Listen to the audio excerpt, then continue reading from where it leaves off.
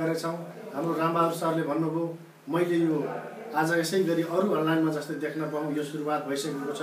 केही पोस्टहरूलाई हामीले पोस्ट गरिसकेका छौँ। आज प्राविधिक कारणले यहाँलाई त्यो फिगर हामीले यहाँ देखाउन सकेनौँ। यहाँले अहिले पनि यसलाई www.galkotnews.com लगइन गरेर यहाँका एक्टिभिटिजहरूलाई देख्न सकिन्छ।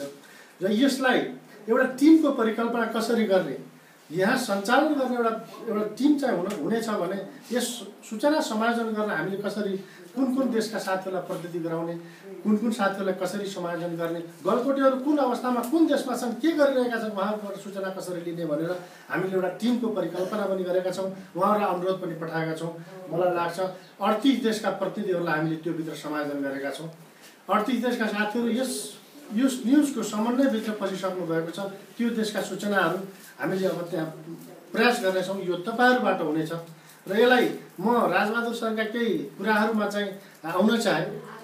यो एउटा मेरो वक्तव्य मात्रै नभएर अन्तर्क्रिया कार्यक्रमसँग पनि जोडिएको छ। यो कसैको पनि होइन, यो हामी सबैको